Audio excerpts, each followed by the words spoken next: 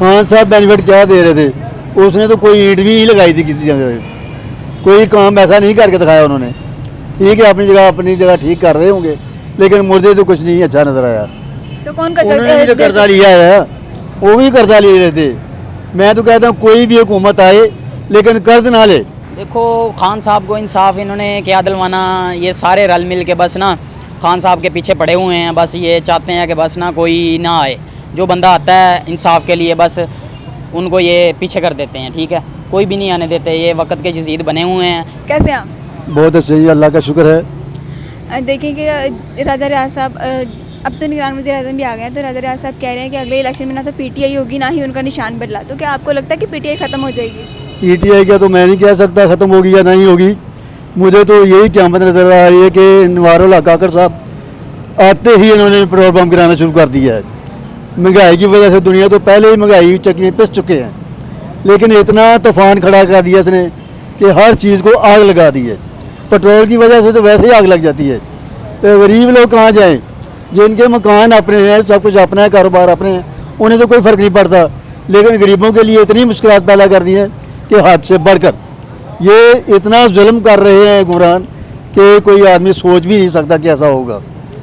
और मैं उम्मीद करता हूँ कि ये जुल्म की चक्की तो बंद करें, गरीबों को कुछ ना कुछ तो बेनिफिट दें ताकि गरीब अवाम अच्छी तरीके से ज़िंदगी बसर कर सकें।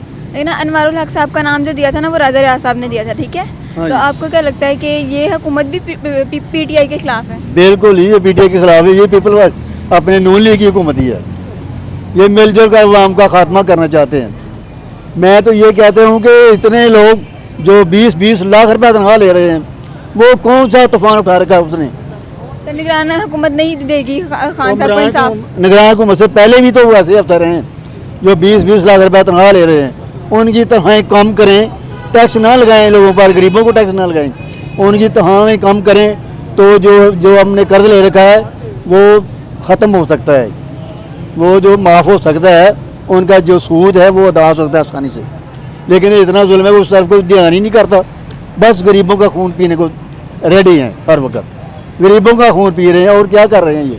राजा रियाज साहब पीपल्स पार्टी के थे ना, तो आपको क्या लगता है कि वो खान साहब के इससे बदला लेंगे या उनका थोड़ा साथ भी देंगे? देखो जी, बदला तो लेते रहते हैं, ये काम तो कोई भी नहीं है, सब मिलजुल कर जुल्म का तूफान खड़ा कर देते हैं, यानी कि अवाम को बेनिफिट कोई नहीं देता।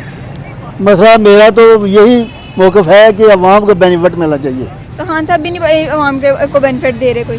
खान साहब बेनिफिट क्या दे रहे थे, उसने तो कोई ईंट भी नहीं लगाई थी किसी जगह, कोई काम ऐसा नहीं करके दिखाया उन्होंने। ठीक है, अपनी जगह ठीक कर रहे होंगे, लेकिन मुझे तो कुछ नहीं अच्छा नजर आया। तो कौन कर उन्होंने भी तो सकता कर्जा लिया है, वो भी कर्जा ले रहे थे। मैं तो कहता हूँ कोई भी हुकूमत आए लेकिन कर्ज ना ले, अपना कर्ज उतारें। जो गरीब मतलब अवाम इतने अफसरान, मतलब कई रिटायर अफसर इतने हैं कि उनकी 2-2 लाख रुपया पेंशन है। वो क्यों? आप तो नौकरी पूरी कर चुके हैं, लेकिन तरीके से उन्हें पेंशन मिलनी चाहिए।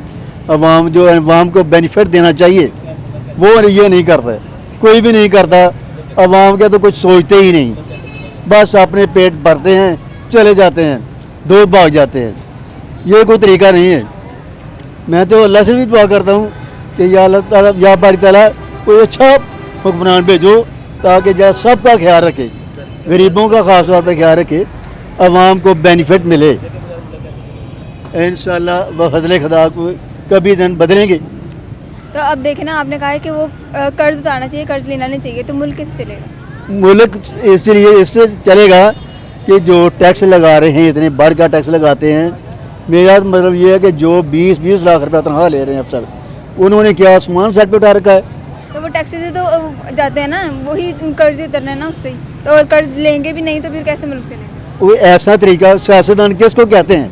कोई ऐसी सियासत, कोई ऐसा हल निकालें कि कर्जा भी ना लिया जाए और पहला कर्जा उतार दिया जाए, सूद भी ख़त्म किया जाए, फिर अवाम जो सही तरीके पर चलेगी, गामजन होगा तरक्की की राह पर। ये कर्ज भी ले रहे हैं, सूद भी दे रहे हैं, कम से कम 10 अरब तो रोजाना का सूद बनता है, वो कहाँ से उतारेंगे? हमारा खून पी पी कर उतारते हैं वो कर। ऐसा नहीं होना चाहिए, कोई बेनिफिट मिलना चाहिए अवाम को भी। ठीक है, जो भी हुकूमत करे, लेकिन अच्छे तरीके से हुकूमत करे, जो गरीबों का खून ना पिए। महंगाई ख़त्म करे, सब गरीबों को बेनिफिट मिले, इंसानों को बेनिफिट तो मिलनी चाहिए ना। हाँ जी बिल्कुल। ये तो बुरी बात नहीं, मैं किसी खिलाफत की बात नहीं कर रहा, मैं तो बात कर रहा हूँ कि सब तरीक़ाकार अच्छा होना चाहिए, अवाम को कुछ ना कुछ सहूलतें मिलें, ये उनका खून ना पिया जाए बस। तो अभी जितने भी हुक्मरान हैं आपको कौन लगता है ये कौन कर सकता है, अवाम को बेनिफिट दे सकता है? देखो जी, बेनिफिट मैंने तो यही समझा है, मेरा रिश्तेदार तो इनमें से कोई भी नहीं है, लेकिन मैंने यही मैं हिसाब लगाया कि जो है ना, नून लीग की हुकूमत पहले से बहुत अच्छी कारकर्दगी थी इनकी, लाहौर को पेरिस बना दिया।